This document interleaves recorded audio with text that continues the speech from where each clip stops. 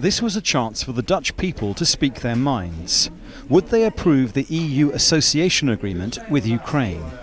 In the event, nearly 2/3 voted no, but the turnout was low.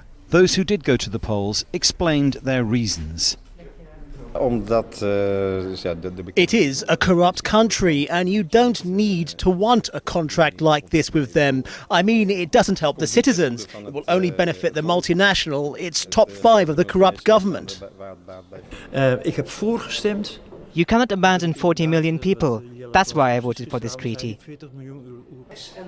Many Eurosceptic Dutch politicians had campaigned against the agreement. For them, the referendum result was a welcome endorsement. Well, I'm happy to see that the arguments we used in the campaign against this treaty have convinced 2 out of 3 voters. More than 60%, 64% of the people said no to this agreement. The government had campaigned in favour of a yes vote. The foreign minister, BERT, led the campaign.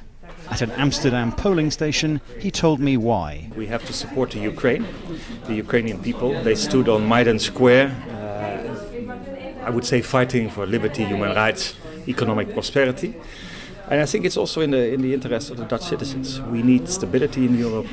We are a trading nation, so it's very good when there is an upcoming market there. The question will be what effect this result has on EU relations with Ukraine. Then there is the effect on the EU institutions. One analyst told me referendums like these could increasingly be used to prevent effective governance in the EU.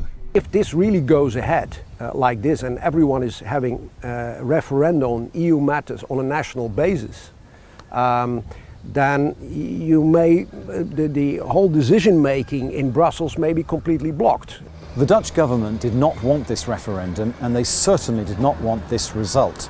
The problem is that in real numbers, fewer than 1 in 5 Dutch voters voted no in this referendum, and the result is not binding. But the question for ministers is, can they ignore the voters' verdict and carry on with their Ukraine policies? Dominic, Kane, Al Jazeera, in The Hague.